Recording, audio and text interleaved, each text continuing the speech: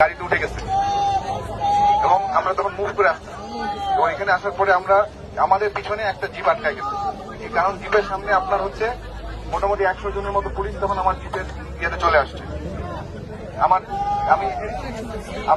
মানে জিপের ভিতরে তো 100 জন হয় না, জিপের মধ্যে পুলিশ জোর করে উঠে গেছে, ফায়ার করতেছে। ওখানে আমার অফিসার ছিল।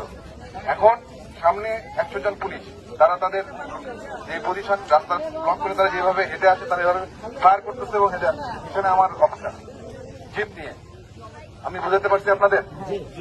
তারা কিন্তু ফায়ার করতে করতে বাইপাস পার হয়ে পলিবুদ্ধ হয়ে এই পর্যন্ত এসে তারা এখানে আত্মসমর্পণ করছে। তারা জানে তারা যেভাবে আসতেছে এটা ঠিক না। তারা যেভাবে নির্বিচারে গুলি চালাচ্ছে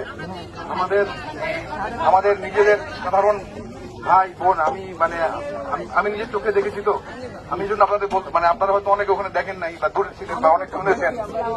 আমি যখন ওখানে গেছি আমি দেখছি আমাদের লোকজনের গায়ে যে গুলি লাগছে তারা এসে দেখাচ্ছে এবং এটা শুধুমাত্র যে আপনার গিয়ে বুলেট ফায়ার করেছে তা না, তারা এখানে মারণাস্ত্র হিসেবে ওটাকে ব্যবহার করেছে। তারা এখন এসে এখানে ঢুকে গেছে, আমার গাড়ি নিয়ে এখানে এসে ঢুকে গেছে। এখন আপনারা আমাকে একটা জিনিস বলেন, তাদেরকে এখানে ঢোকানোর পরে নিরস্ত্র করা হয়েছে, তাদেরকে গ্রেফতার করা হয়েছে। এখন তাদের নথিপত্র, নাম, কি কি কোন দায়িত্ব, এই সকল জিনিসপত্র ডকুমেন্টেশন করা হবে। তাদেরকে কিন্তু প্রথম কথা তাদেরকে গ্রেফতার করা হয়েছে। এটা কি ক্লিয়ার আপনারা? আমাদের ডিভিশনের জিওসি মহোদয় বলেছেন তাদের উপযুক্ত বিচার হবে। আপনারা তো সেনাবাহিনীর সাথে এতদিন ছিলেন, আমরা আপনাদের সাথে ছিলাম, আমরা তো গ্রাউন্ডে ছিলাম। দেশের জনগণের যান মালের নিরাপত্তার দায়িত্ব আপনাদের।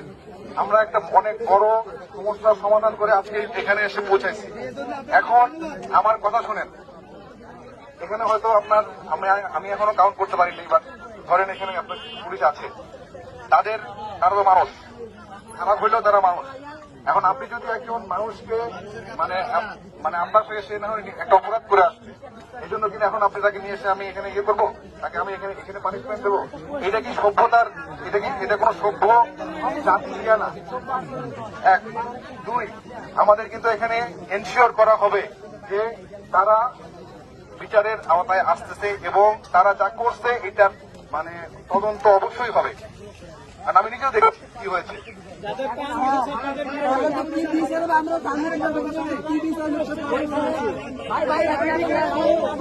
আপনারা সবাই বলবেন না, দাঁড়ান। আপনারা আমাকে একজন করে বলেন যে আপনাদের আর কি জানতে চান।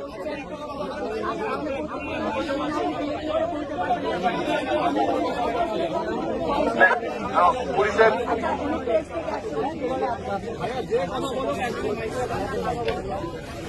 সাংবাদিক